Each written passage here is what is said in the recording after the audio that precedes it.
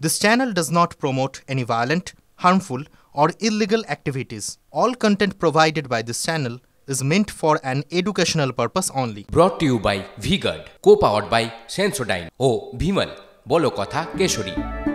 সন্দেশখালী রাজ্যে এই মুহূর্তে জ্বলন্ত ইস্যু আর চর্চার কেন্দ্রবিন্দু তো বটেই। শাহজাহান অ্যান্ড কোম্পানি, তার দাদাগিরি, তাণ্ডব, অত্যাচার এসব এখন পুরনো গল্প। কান্না, হাহাকার, অভিযোগ সেসবও আগের কথা। এখন নতুন চ্যাপ্টার কি?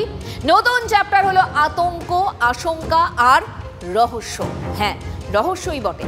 সন্দেশখালীকে নতুন করে যেন চিনতে হচ্ছে রোজ রোজ। অন্তত গতকালের পর তো এটা বলতেই পারি আমরা, শাহজাহানগড়ে এত অস্ত্রের ভান্ডার।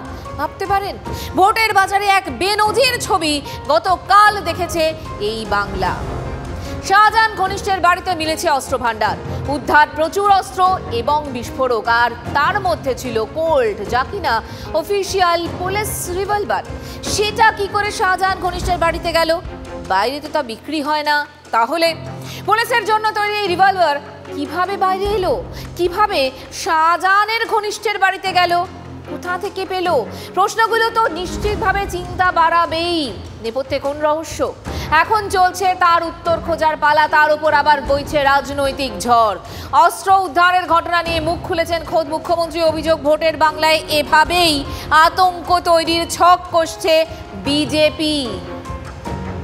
आप इधर में एक चॉकलेट बोमा फटने से भी आपको सीबीआई, आपको एनआईए, आपको एनएसजी जैसे कोई युद्ध हो रहा है, और वन साइडेड स्टेट पुलिस को बताया नहीं, किसी को पता नहीं है क्या क्या मिला, किधर से मिला। ये भी हो सकता है खुद उन्होंने गाड़ी से ले आया, लेके शो किया है। कोई एविडेंस नहीं हुआ है कि वो उधर में थे। অস্ত্র ভান্ডার কি আমি মাটি খুঁড়ে রেখে দিয়ে এসেছি?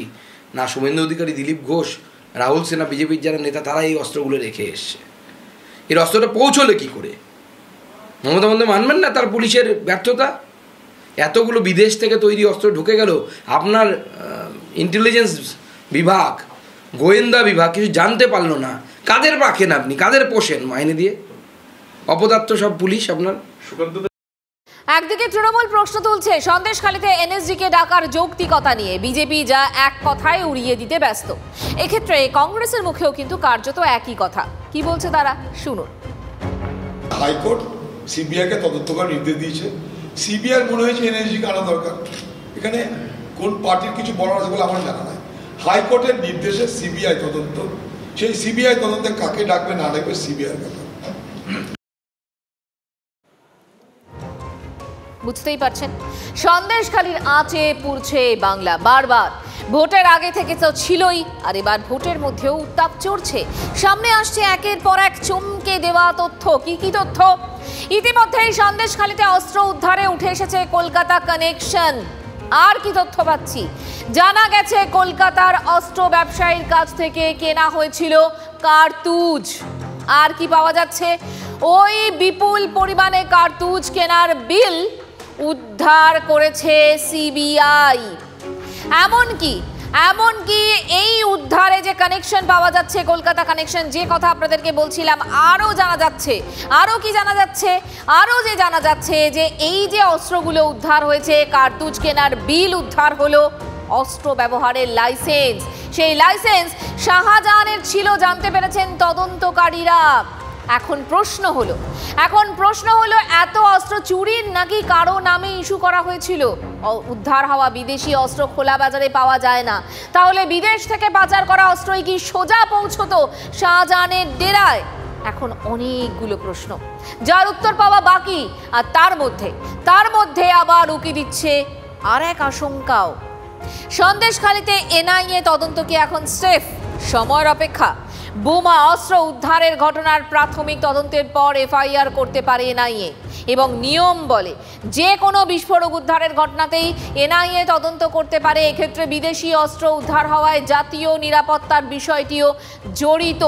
তাই এক্ষেত্রেও এনআইএ তদন্ত শুধুমাত্র সময়ের অপেক্ষা বলেই সূত্রের খবর।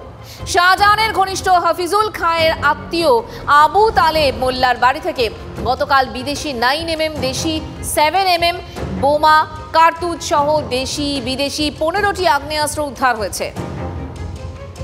আর সারা পশ্চিমবঙ্গের সন্দেশখালি।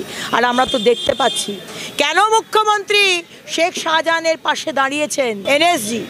এনএসজি এসে আরডিএক্স অত্যাধুনিক আর্মস অ্যামিউনিশন, মুখ্যমন্ত্রী জানতেন না? এত বোম কিসের জন্য মজুত করছিলেন? আর এই কারণের জন্যেই কি ইডি সিবিআইকে ঢুকতে দিচ্ছিলেন না? সত্যিটা বেরিয়ে আসবে। এইগুলো হচ্ছে মুখ্যমন্ত্রীর নির্দেশে হয়েছে, যাতে সামনের লোকসভাতে এই বোমবাজি করে মানুষকে ভয় দেখিয়ে উনি এটা করতে পারবেন, ইলেকশন করেন। এনআইএ, ইডি, এনএসজি প্রত্যেকের একটা ব্র্যান্ড ভ্যালু আছে, আমরা সেটা মানি। জওয়ানরা কাজ করেন, আমরা তাদের রেসপেক্ট করি, কিন্তু তাদের মিসইউজ করছে পলিটিক্যাল পারপাসে এবং তাদের ক্রেডিবিলিটি নষ্ট করছে ভারতীয় জনতা পার্টি।